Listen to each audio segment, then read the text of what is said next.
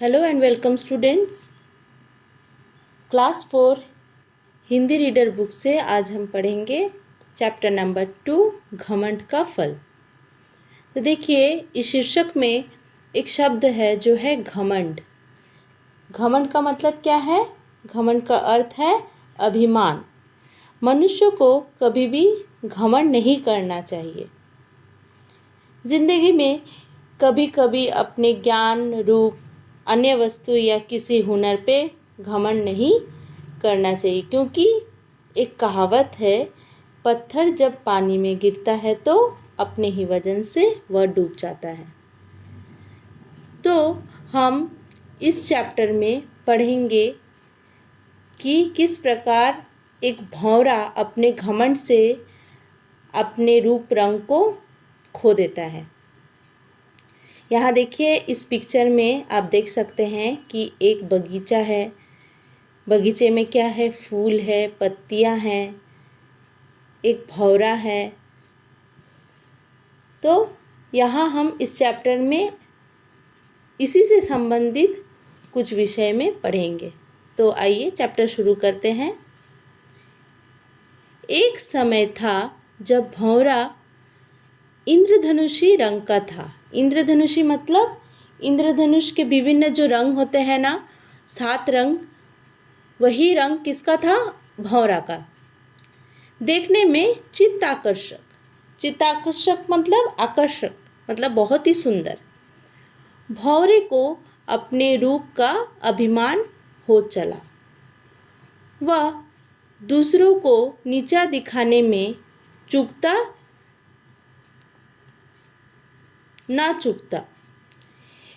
एक दिन तितलियों से कहा, तुम्हारे पंख काले, चितकबरे और कितने ही रंगों के मिश्रण से भद्दे लगते हैं। देखो, तुम्हारा इंद्रधनुषी रंग कितना प्यारा है।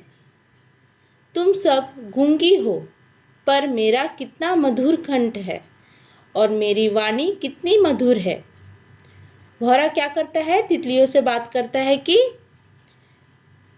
तितलियां, तुम तो भद्दे दिखते हो, तुम्हारे इतने सारे रंग जो है वो भद्दे लगते हैं। और क्या है? तुम तो गूंगी हो, तुम तो बोल नहीं सकती, तुम्हारा कोई कंठ नहीं है। तो वो क्या करता है? तितलियों को नीचा दिखाता है।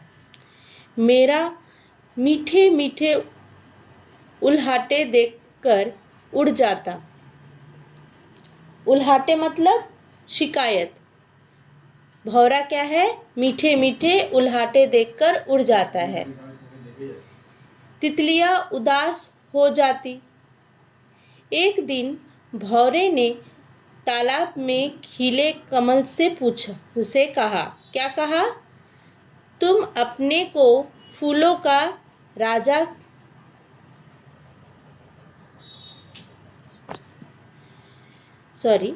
एक दिन भौरे ने तालाब में खिले कमल से कहा, तुम अपने को फूलों का राजा कहते हो, मगर गुलाब कहता है कि फूलों का राजा मैं हूँ।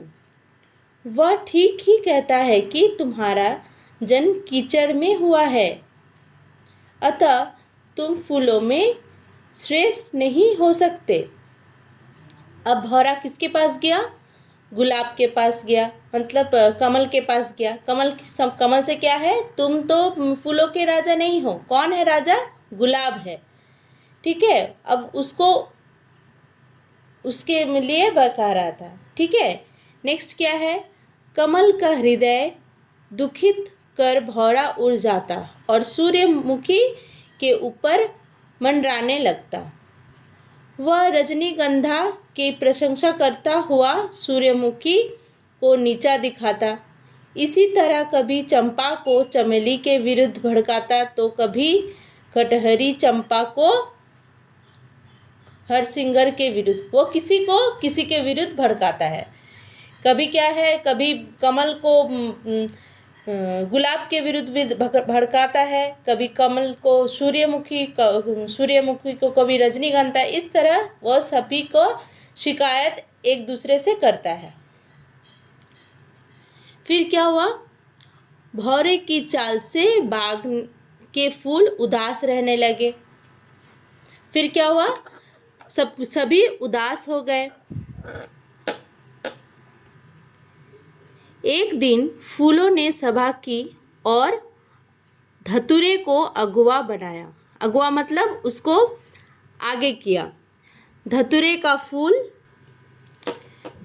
फूल महादेव को बड़ा प्यारा है, अतः वह सब फूलों के साथ महादेव के दरबार में पहुंच गया। कौन पहुंच गया? सब फूल क्या है, धतूरे फूल को आगे किया और सब कहाँ पहुंच गया? महादेव के दरबार में, मतलब शिव के मंदिर में।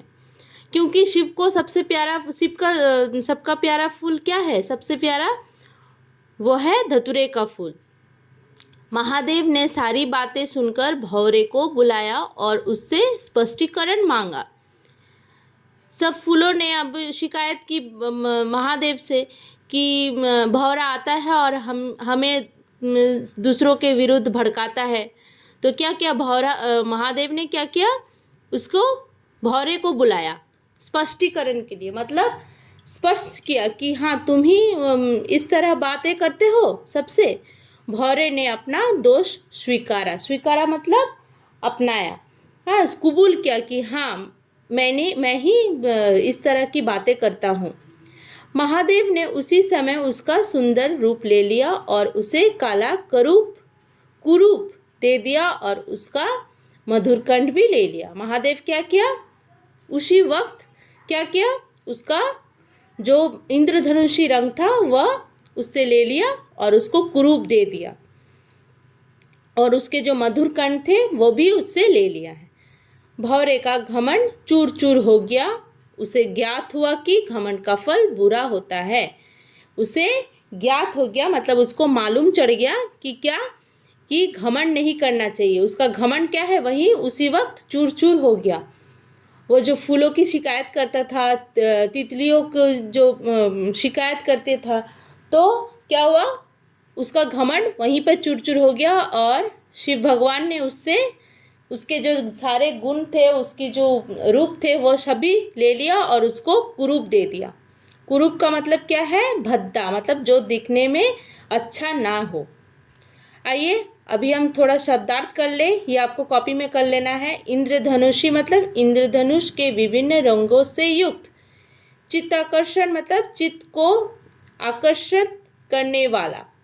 स्वीकारा मतलब स्वीकार किया या फिर कबूल है, कोई एक होगा। कुरूप मतलब भद्दा या जो देखने में अच्छा ना हो। स्पष्टीकरण मतलब स्पष्ट करने की क्रिया। उलाहना मतलब शिकायत। ज्ञात मतलब मालूम। ये चैप्टर यहाँ तक कंप्लीट हो गया है। आपको शब्दार्थ घर में कर लेना है और नेक्स्ट क्लास में हम इसके अभ्यास में जाएंगे। Thank you.